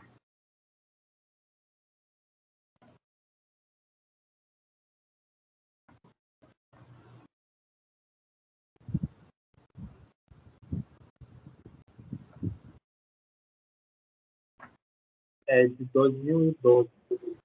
É mais ou menos justo aí com o que eu tenho, que eu compartilhei com vocês. Né? Aí tem que ver, tem essa edição mais recente desse livro, sabe? Que na verdade, a que é melhor adequada. Mas aí é uma leitura mais de base, né? Mas teria que ter uma leitura mais atualizada. É sempre bom a gente dar uma olhada, né, nas novas versões desses manuais. O que eu reparei é que eles utilizam exemplos diferentes e aqueles destaques diferentes.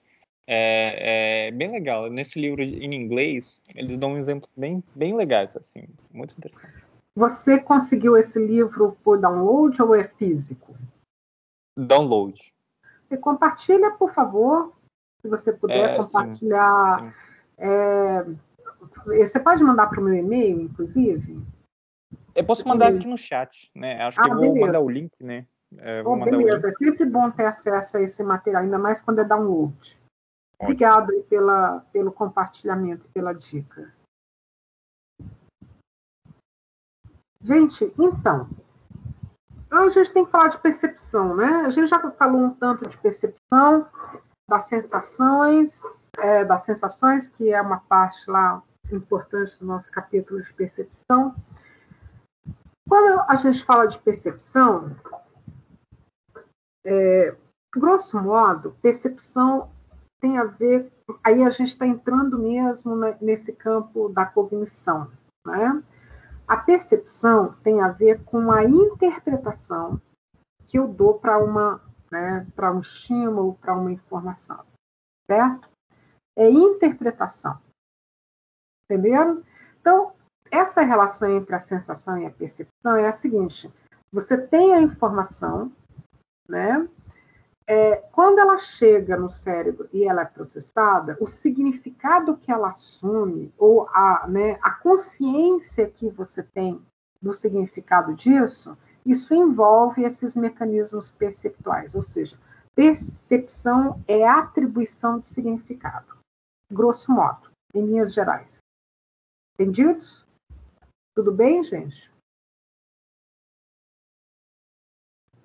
Tudo certo? Tudo certinho. Beleza. No campo da percepção, existem algumas questões importantes que a gente vai dar destaque, né? Uma delas tem a ver com o reconhecimento de padrão. O que é o reconhecimento de padrão? A questão é o seguinte: como é que é o A de vocês? A maiúsculo.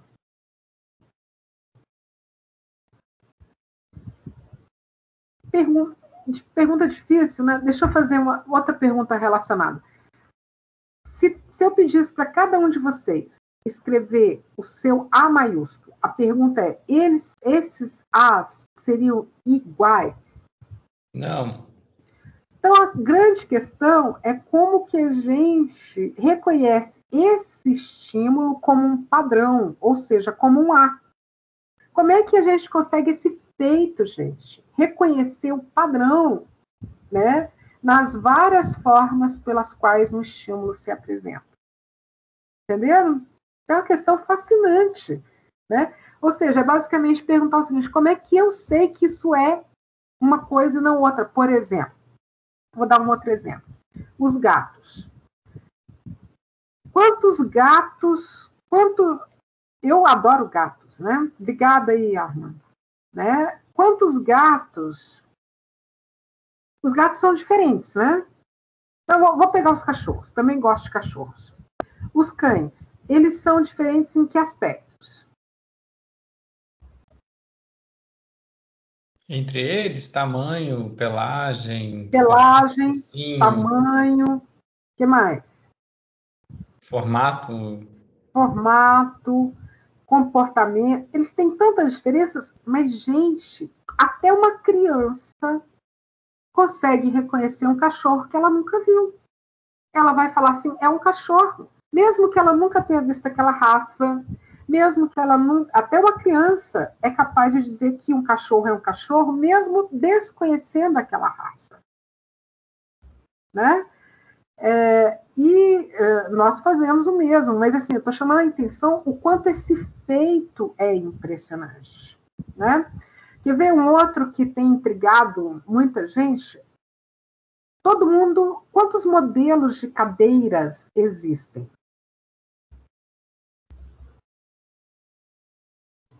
Infinitos, né? Concordam? Sim, incontáveis. Incontáveis. E nós, já fomos expostos a todos os modelos de cadeira? Não, mas quando a gente vê uma cadeira, a gente reconhece como cadeira. Exatamente, bingo. Agora, olha que interessante. Alguém aí me define uma cadeira. Quero uma definição de cadeira.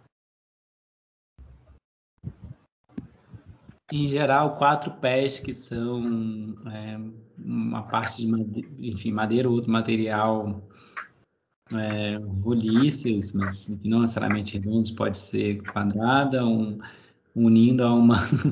Para desenhar uma coisa que não é uma cadeira, né, Guerra? Unindo uma... Não, na verdade, eu estou listando, eu queria listar suas características. Mas veja bem, o que você definiu, listou... Eu já comecei como em geral, porque não dá para definir, né? Você não pode dá ter para cadeiras definir, de 3 gente. pés, tá? Impossível. Mas veja bem, cadeira como conceito é diferente de poltrona? Não. É? Sim. Olha só, há até um... Talvez tenha um contínuo aí. Você consegue dizer que uma coisa seja cadeira e outra poltrona, e uma você possa dizer as duas coisas, né? Se você olha uma poltrona, você fala, isso é uma cadeira ou uma poltrona? E se você vê uma cadeira, você fala, isso é uma cadeira, e não... Como é que é isso? Vocês fazem... Tem essa diferenciação, sim. Mas veja bem, a sua descrição de cadeira, ela poderia se aplicar a outro móvel que não apenas a cadeira, concorda? Sim, concordo. Gente, olha só, isso daí, eu juro para vocês, existem livros sobre essa questão, tá? A gente é ótimo em reconhecer uma cadeira e péssimos em dizer o que uma cadeira é. Né? Entenderam? Isso é fascinante, eu acho particularmente fascinante. Esse debate sobre o que a cadeira esse é um debate que gerou artigos, gerou livros no campo da psicologia, no campo da filosofia, porque definir esse conceito, há quem diga que você não define esse conceito por um conjunto de propriedades funcionais, nem por propriedades, digamos assim, descritivas, né, em termos de não só função, como forma também. Oi? Anatômica, né? Né? Você não define uma cadeira por aí, você não consegue. Se vocês fizerem esse exercício, vocês vão ver que vocês não conseguem. Mas a despeito dessa nossa dificuldade, eu li um artigo há muitos anos atrás dizendo que o que define os artefatos não são os seus atributos funcionais ou morfológicos, né? Mas sim o que define o que o objeto é a intenção de quem cria. Eu achei isso muito interessante. É a intenção. Então, se eu quero que seja uma cadeira, vai ser uma cadeira. Não é porque tem 3 pernas. De quem cria e de quem usa.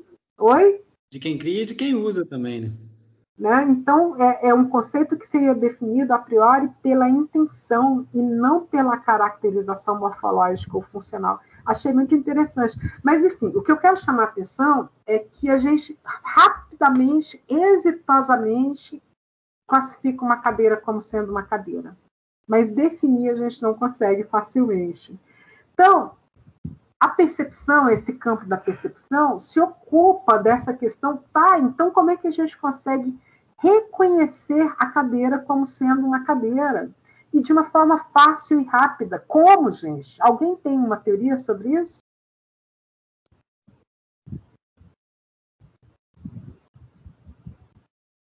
Acho que a cognição. Não, estamos entrando no campo da cognição, mas que teoria? Alguém tem uma teoria? sobre como é que a gente consegue reconhecer os As, né, os diversos formatos de As, as diversas raças de cães, as diversas cadeiras, mesmo não tendo sido expostos, né, previamente a todos os exemplos dessa categoria, né? Oi. Eu acho que a gente monta padrões. Basicamente, a gente pega características que são idênticas, assim, porque a cadeira a gente sabe que como é a estrutura de uma cadeira, e a gente pega características idênticas e vai juntando em grupos. Claro, Laura, existe essa generalização, né? Mas é exatamente isso, é por aí. O nome dessa grande área da percepção é a chamada reconhecimento do padrão. Então, de fato, é como é que a gente reconhece esse padrão? Então, a questão é, né? Os behavioristas diriam o seguinte, né? A partir de processos de aprendizagem que envolvem generalização e discriminação. Claro, obviamente, estamos falando, né, da possibilidade de nós generalizarmos, ou seja, né, da gente, a partir dos... isso é um processo indutivo, na verdade, né? A partir dos exemplos individuais, chegarmos a uma generalização, que seria esse padrão, né? Mas eu estou tentando... só que aqui a ideia, gente, é em termos de processamento perceptual. O que poderia estar acontecendo aqui dentro? Claro que no substrato desse processamento tem tudo aquilo que a gente falou. O cérebro produzindo impulso elétrico, liberação de neurotransmissores, mas eu estou falando em um nível, né, mais simbólico. Como é que seria, né, esse processamento da informação? Como é que seria, né? Então acordamos aqui que, né, temos um padrão, mas como é que a gente chega nesse padrão? Como é que é isso? Professora, com licença, será que é por causa das palavras mesmo, né? Vocês não leram o texto, gente. O texto de referência. Bom, obviamente a gente usa a linguagem, mas uma primeira teoria é a chamada teoria do gabarito, ou teoria, né, quer dizer, ela pode, isso é uma tradução livre, né? Essa teoria, ela diz o seguinte, que a gente reconhece as coisas porque é como se nós tivéssemos armazenado na nossa memória um gabarito, e a gente olha o estímulo, compara o estímulo com esse gabarito, e se as características correspondem ponto a ponto, a gente diz, isso é isso, entendeu? Então, seria uma comparação do estímulo com um gabarito. Faz sentido para vocês? Ou não? Professora, essa comparação do estímulo com o gabarito, ele é um processo consciente ou cada vez que a gente vai entrando em contato com estímulos mais diferentes, o processo vai sendo mais automatizado? Bom, quando você compara qualquer coisa com, vamos supor que seja um gabarito, quão consciente você é disso?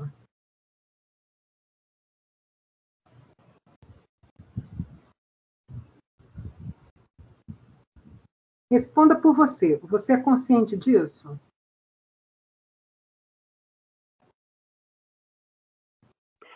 É isso que eu estou tentando abstrair agora. Preste atenção no seu processamento. Então, você vê um estímulo e você diz isso é.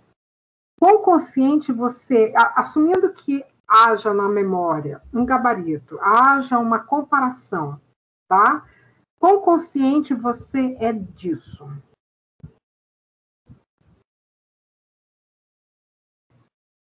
Muito pouco. Bom, então isso já é um caminho para a gente fazer essa discussão. Porque, veja bem, gente, lembram que eu falei na aula passada que estima-se uma velocidade média do impulso elétrico em torno de 120 metros por segundo? Lembram-se disso? Sim. Então, esses processos mentais, eles estão ancorados em tempos de reação na casa dos milissegundos. Entenderam? Então, assim, olhar para uma coisa e dizer isso está ancorado em um processamento de milissegundos. Então, por exemplo, você vê uma coisa. Primeiro, essa imagem precisa ser projetada na retina. Da retina, você tem que enviar essa mensagem. O neurônio tem, né, as terminações nervosas. Aliás, o nervo óptico tem que conduzir essa informação para... Olha, tem um deslocamento entre o olho, tem uma distância entre o olho e o lobo occipital. Para só então você ter consciência daquilo que você vê. Mas ao tomar consciência daquilo que você vê, você já diz o que a coisa é. Não se iludam. Entre ver e interpretar o que você vê, né, houve aí um tempo de reação. Né? Houve um tempo que é um tempo, gente, absurdamente pequeno, mas existe. Ok, Isabela. Né? Entenderam? A questão é, quão conscientes, nós somos conscientes desse processo, sim, né? Essa questão da consciência é muito interessante, a gente vai discutir isso. Mas o que eu quero dizer é o seguinte, vamos avaliar essa teoria do gabarito, para ajudar a responder essa questão. Vamos supor, como é que seria essa comparação com o gabarito? Porque, veja bem, quando você faz uma prova e tem um gabarito, esse gabarito, deixa eu pensar, talvez prova não seja o melhor exemplo. O que eu quero dizer é o seguinte, para eu dizer o que a coisa é, e se a teoria do gabarito faz sentido, eu tenho que comparar isso que eu vejo com o gabarito que eu tenho, correto?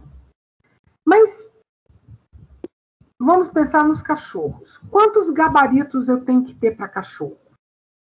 Para reconhecer um cachorro? Tem que ter um focinho, um rabo. Não, gabarito. O gabarito é aquele modelo, aquele negócio que você põe em cima e checa se tudo bate, não é isso? Sim. Então, quantos gabaritos eu tenho que ter para os cães? Apenas? A princípio. Oi?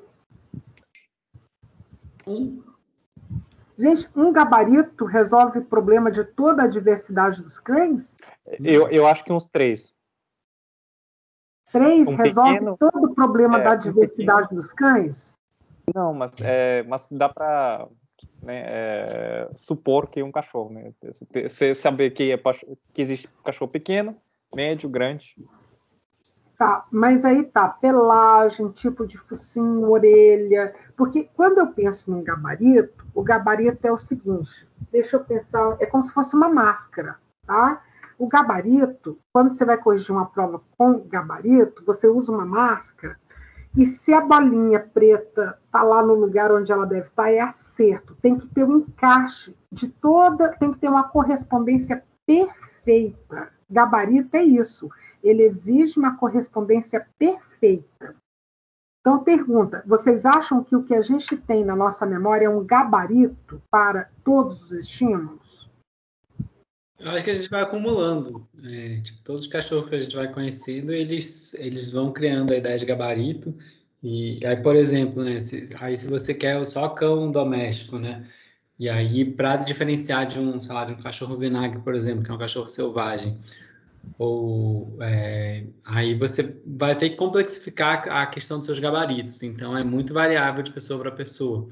Mas pelo que você está dizendo, se eu não tenho ainda um gabarito para um estímulo, eu não sou capaz de... Eu ainda assim reconheço, mesmo que depois eu precise ajustar esse gabarito?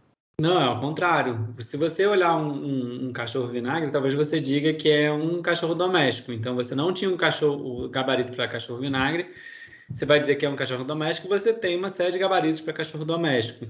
Então, se eu vou lá e te digo, isso é um cachorro vinagre, que é um cachorro selvagem, assim, assado, aí você vai ter um novo gabarito para cachorro vinagre, que vai te fazer também reconhecer diferencialmente entre ele e os domésticos.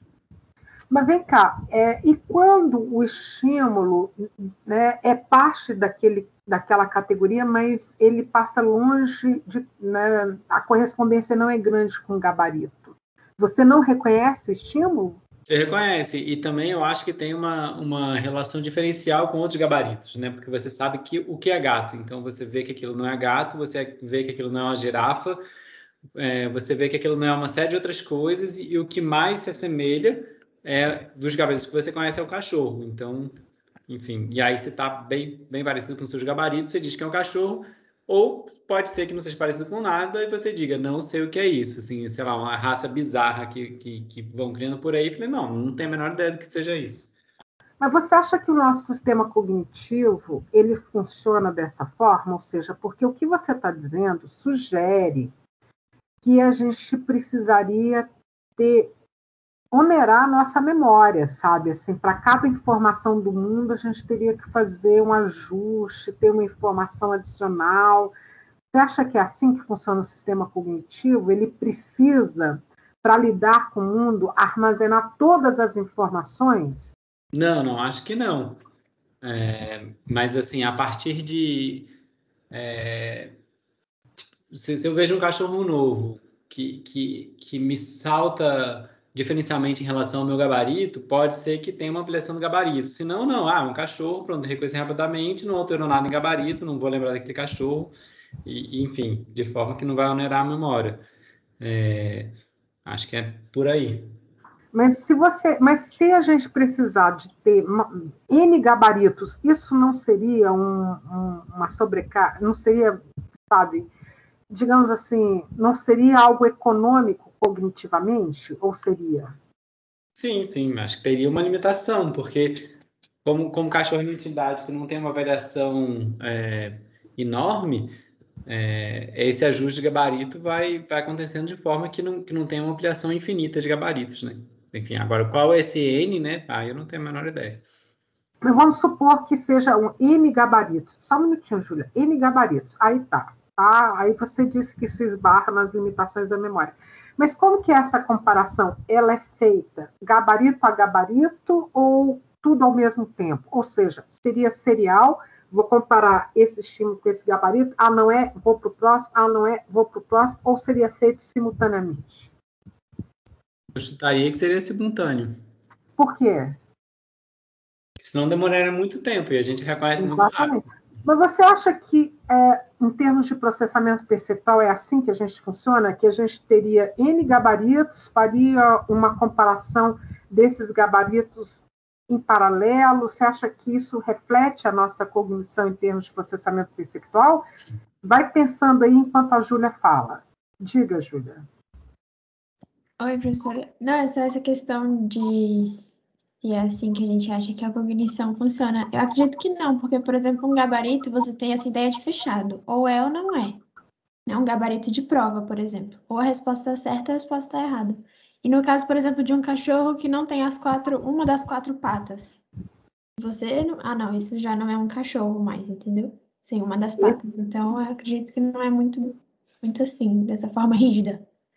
E o nosso sistema cognitivo é muito flexível, né? Sim. Mas vamos lá. Foi o... Quem que estava falando? Antônio. Eu não sei a menor ideia, professor, porque assim, essa ideia de gabarito, para mim, eu realmente não li o texto e tal, não tive tempo, muitos trabalhos, enfim, é uma ideia totalmente nova. Eu posso continuar aqui pensando na hora a partir de suas provocações, mas não tenho a menor ideia. Mas, assim, essa sacação da Júlia é bem pertinente, gente. O gabarito é isso mesmo. Quando você fala numa proposta de gabarito, ou é ou não é, sabe? Se o meu gabarito tem 4 patas e eu vejo um animal com 3 patas, então não bate com o gabarito. Se o meu gabarito é orelha em pé e o meu animal tem orelha caída ou tem orelha cortada, não bate com o meu gabarito. Eu precisaria, então, ter outro gabarito para cada estímulo novo. Gente, isso não faz o menor sentido em termos de otimização da minha memória. O nosso sistema cognitivo, veja bem, quando você tem um celular, né, e esse celular tem X de memória, e você recebe mensagem, foto, filme, não sei o que, e aplicativo, chega uma hora que ele trava. Não é assim que a gente funciona. Tá? Não é assim que a gente funciona. O que você precisa fazer para o celular voltar a funcionar? Bem, resetar excluir os ele. itens que você não usa mais. Resetar. ou resetar ou ir apagando coisa que é inútil, concordam? Sim, o professor, só um instante, em relação à questão do gabarito, eu tinha entendido que isso era uma premissa do cognitivismo, por isso que eu estava tentando achar os caminhos dentro dessa premissa. Não, mas deixa eu te responder. Na verdade, a teoria do gabarito é uma teoria. Você tem razão, ela é uma teoria. Mas o que eu quero é que vocês avaliem, porque uma teoria pode surgir, só que se a gente... Sabe aquela coisa do Kuhn, de um paradigma? Um paradigma ele é vigente, mas ele abarca todas as questões? Se não, da mesma forma, se uma teoria não abarca, não lida com todas as questões, a gente tem que ter uma teoria alternativa. Então, a teoria do gabarito, sim, ela é uma teoria no campo da área do reconhecimento dos padrões. Mas eu estou tentando que vocês, junto comigo, percebam as limitações dessa teoria. Né? Quer dizer, questões... Então, alguém lá propôs a teoria do gabarito. Mas aí o pessoal falou assim, mas se for um gabarito, a gente tem que pensar, como que seria isso? É um gabarito para cada coisa? Qual o impacto disso sobre a memória? Qual a implicação disso sobre a velocidade de processamento da informação? Sobre a eficácia do reconhecimento? Certo? Não. Joyce, não. Não é... Porque, veja bem, o que vocês estão me descrevendo, oportunizando aqui um comentário da Joyce? Vocês parece que vocês estão me descrevendo mais um protótipo do que um gabarito. Entenderam que existe uma diferença entre um protótipo e um gabarito, ou não? Eliezer, diga. Não, eu ia dizer que, né, não respondendo essa sua pergunta agora, mas que esse modelo de gabarito lembra como se nós funcionássemos num modelo binário, assim, de certo e errado, se não for de 0 e 1, assim, como computador, assim, mas eu acho que não... Tanto é que essa teoria eu acho que do em certa gabarito... parte sim, que eu acho que você precisa fazer esse reconhecimento de sim, não certas vezes, assim, mas eu acho que a partir daí, eu acho que a gente tem nós tomamos outros caminhos, assim, que eu não sei responder agora quais são, mas... Essa teoria, Joyce, só te respondendo, no livro que eu estou chamando de teoria do gabarito, é a teoria do padrão. Tá? Ela é descrita, pegando aqui o que o Eliezer também disse, a teoria do padrão, ela afirma que todas as pessoas possuem armazenada na mente uma enorme quantidade de padrões, leia-se gabaritos, que são modelos altamente elaborados para os moldes que as pessoas poderão reconhecer. Então, é como se fosse um molde, né? É um gabarito. Aqui no livro é chamado de teoria do padrão. Essa teoria do padrão, se você olhar, ela é bem antiga, né? E é uma teoria que emerge ali muito no contexto onde essa analogia homem-máquina era muito contundente, né? Então, é realmente a ideia quase de se pensar a mente humana como um sistema binário de codificação, né? Mas ela tem problemas, gente, né? Tem problemas, ok? Né? Porque se eu penso num gabarito, ou num padrão, ou num molde, eu estou assumindo que ou é ou não é. E se é essa teoria, eu teria que ter um gabarito para cada coisa no mundo. Opa, isso não parece muito viável do ponto de vista, né, de economia cognitiva. E se assim fosse, mesmo que esse processamento fosse em paralelo, a necessidade de processar, ou seja, de estabelecer essa correspondência, seria muito mais lenta, né? Mesmo que isso fosse em paralelo. Se fosse serial, então, nem pensar, mas mesmo sendo em paralelo, vamos supor que você tenha que fazer esse escaneamento de 100 gabaritos, né? Isso meio que daria uma travada ali, e nós não é assim que a gente funciona, a gente bate o olho e já fala, mesmo não tendo visto aquilo antes. Se Se você vai no zoo, você vê um animal e fala assim, olha, eu não sei qual o nome desse bicho, mas eu sei que ele é um felino. Não sei o nome, mas é da família dos felinos. Né? Eu nunca vi esse bicho na minha vida, mas eu sei que ele é um mamífero. A gente categoriza muito rápido e com muito êxito, mesmo nunca tendo visto. Eu nunca vi esse modelo de cadeira, mas é uma cadeira. Né? Então, nós somos muito rápidos, isso não é muito condizente com, mesmo que esse processamento fosse paralelo, se você, então vamos pegar os exemplos de As. Vocês são o quê? 30 alunos? Se cada um escrever o seu A no quadro, eu vou lá e vou ver que eles são diferentes, mesmo que eles são, assim, minimamente parecidos, vai ter diferenças na inclinação, no tamanho, na pressão, enfim, várias diferenças, de tal forma que todos os As aqui maiúsculos de vocês serão diferentes. Eu precisaria, pela teoria do padrão ou do gabarito, de um gabarito para cada A, ou seja, para cada um dos 30 As, para poder dizer que aquele estímulo é um A. Isso não parece ser muito razoável, vocês concordam?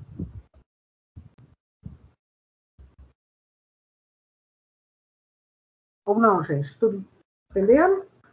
E a nossa aula lá se vai, e terminamos por aqui, deixando essa provocação. Peço que vocês leiam o capítulo, gente, para a gente, né, ter aí uma discussão bem proveitosa.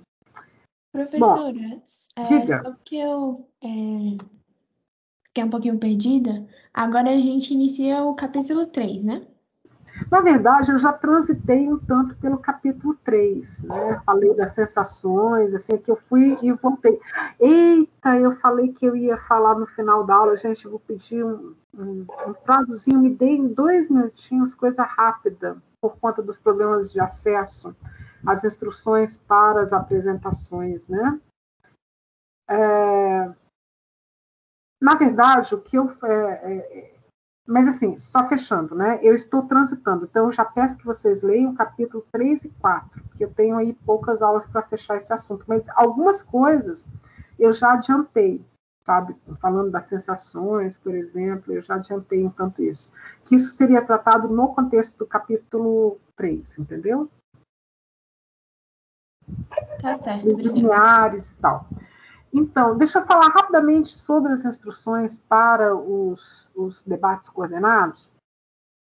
Se vocês pegarem a ementa, lá na ementa tem algumas instruções. Então, basicamente, no vídeo que eu acho que vocês ainda não conseguiram ver, eu reforço aquelas instruções. Então, assim, a ideia qual é? A ideia é que vocês... deixa eu abrir aqui o aprender rapidamente, só para nos ajudar e otimizar aí o que eu tenho a dizer. Me deem, por favor,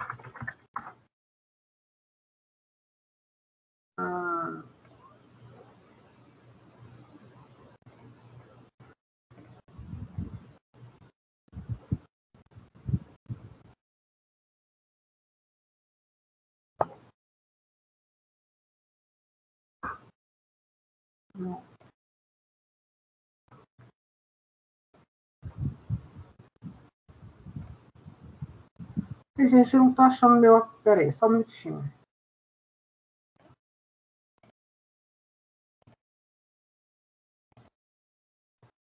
Aproveitando, alguém poderia compartilhar o link para o grupo do WhatsApp? Bom, tá complicado aqui, mas o que eu quero dizer é o seguinte, vocês estão me ouvindo, né? Sim. Quando você entra no Aprender, tem lá no final instruções para os trabalhos, né? E lá naquelas instruções para os trabalhos tem sugestões de textos para os capítulos, os temas que vão ser cobertos nesses debates coordenados. Então, ali eu faço uma compilação de alguns artigos. Agora, mas eu dei uma olhada lá nos artigos, eu queria falar sobre uma outra coisa. Ok, vocês não são obrigados a adotar esses textos, mas qual é o critério aqui, né, que é delimitador? o seu texto, seja ele qual for, ele tem que passar ou por bases neurais, ou por atenção, ou por percepção, ou por memória, ou por representação mental, ou pela interface entre esses processos. Então, por exemplo, eu queria falar de uma forma mais íntima sobre as bases neurais da percepção. Ok, você pode trabalhar essas interfaces, entendeu? Ou então eu queria falar da percepção em um campo aplicado, por exemplo, a percepção, elementos perceptuais na área do design. Ok, tá? Então, assim, mas a ênfase deve ser dada a esse processo, seja só ele por si, né, falando só disso, ou de uma interface desse processo, seja com os outros processos listados, ou com alguma área aplicada. Entenderam? Se vocês derem uma olhada nas sugestões que eu dou lá, acho que vocês vão ter mais clareza por onde eu quero que vocês vão. Então, eu quero que vocês selecionem pelo menos 1 ou 2 artigos, o grupo, né? E aí, pessoal, tem os critérios de avaliação dessa tarefa, que estão listados lá na nossa ementa. Se você abrir a ementa, você vai ver quais são os critérios. Então, entre os critérios tem o tempo de apresentação, a qualidade, já está tudo listado lá. Então, lá naquele videozinho, eu fazia basicamente uma apresentação dessa pastinha, onde tem os temas, que estão ali ou como sugestões, ou como guias, assim, para vocês terem uma ideia do caminho, de um caminho possível para a apresentação de vocês. Entenderam? Quem é que quer falar? Tem algumas pessoas com a mão levantada. Vamos lá, gente. Eu não sei quem levantou primeiro. Podem se manifestar. Professora, eu fiquei no grupo 4, e aí a gente não tem um tema definido assim como os outros grupos, né? Que já tem um tópico definido. Aí eu fiquei meio perdida, porque lá fala das interfaces, aí eu fiquei com medo de entrar no tema dos outros grupos. Aí eu só queria um direcionamento da senhora para saber mais ou menos como a gente tem que fazer para não coincidir. Eu vou fazer o seguinte, a gente já tem aquela planilha da composição dos grupos, certo? Eu sugiro que vocês listem, criem, acho que vocês conseguem editar lá na planilha, ou eu mesma posso fazer isso, uma coluna, que já seria o tema específico de vocês e uma outra coluna para que vocês indiquem, até mesmo para disponibilizar para os colegas, o material de leitura, pelo menos assim, a referência, sabe? E aí, gente, eu vou fazer... eu já mandei e-mail para vocês, né? Eu vou fazer o seguinte, eu acho que vocês precisam ter... Se vocês querem abrir... Se vocês quiserem criar um grupo de WhatsApp, aí vocês me colocam lá. Já tem o grupo, professora. O Antônio até botou o link aqui. É esse último link do chat, eu acho, se não me engano. Tá, mas aí se vocês quiserem me incluir, mas assim, é fundamental que vocês tenham um canal de conversação também, né? Nesses casos, embora a planilha possa ser um caminho. A Joyce se pergunta se eu quero uma apresentação do tema ou algo mais dinâmico. Pessoal, eu não quero uma coisa... Primeiro, eu não quero 2 coisas. Eu não quero que vocês se detenham em questões que eu já disse nas aulas, né? Então, não é para ser uma repetição. Tudo bem, vocês podem até recuperar alguma coisa que eu disse, mas brevemente, para contextualizar. Então, eu quero que vocês tragam uma coisa além, né? Uma contribuição. Então, a Guera falou disso aqui, a gente ficou curioso e resolvemos ver isso. Quer dizer, vocês podem até falar do que eu disse como um contexto, por exemplo, para se aprofundar no tema, aí seria um aprofundamento, ou para trazer alguma coisa diferente, né, além daquilo que eu falei. Então, isso é uma primeira orientação geral. Também eu não gostaria que fosse uma mera apresentação, como se fosse um seminário.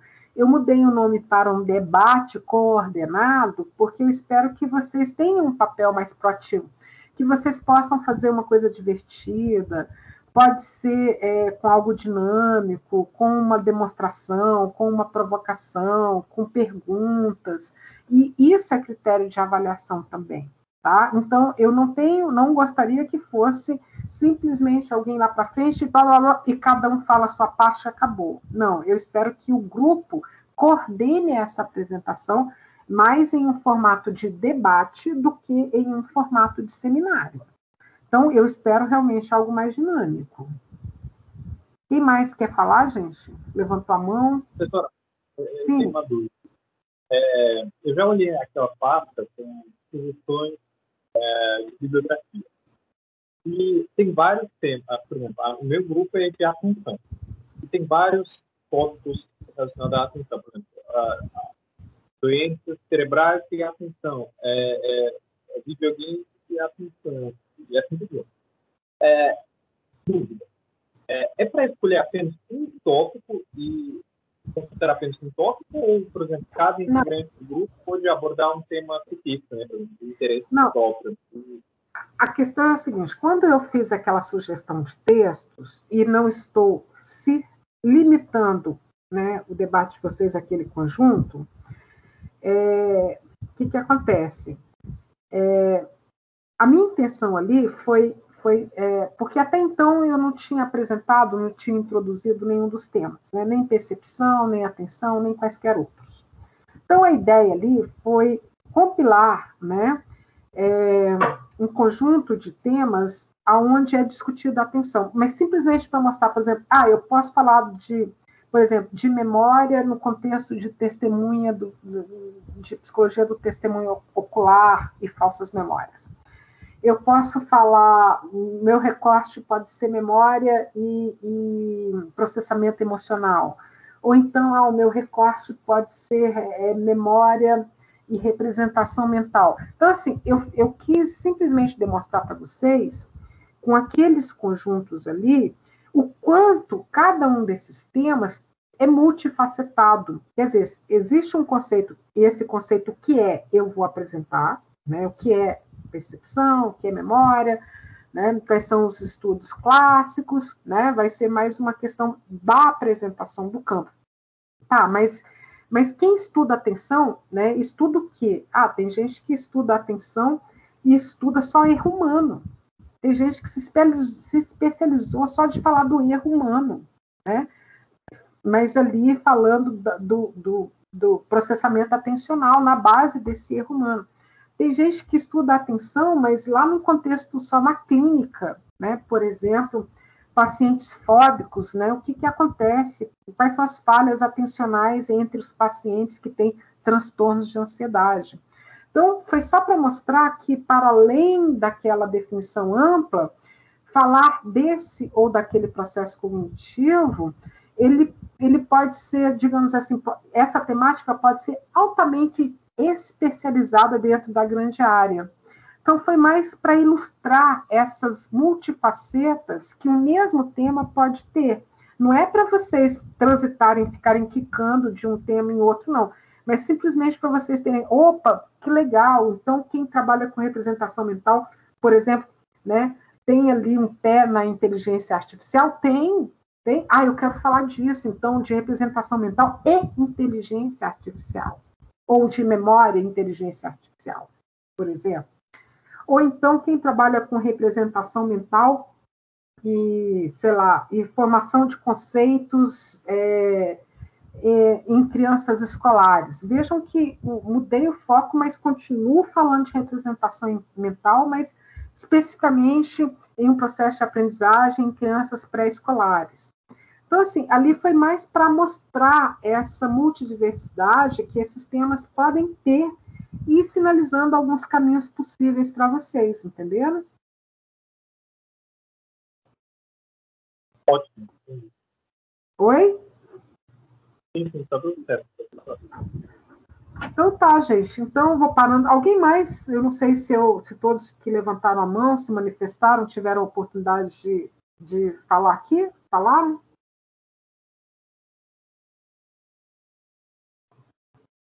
Se sim, gente, até semana que vem, né? E aí a gente termina, tem que terminar isso semana que vem, eu acho. Tá bom? Abraços e bom final de semana para todos.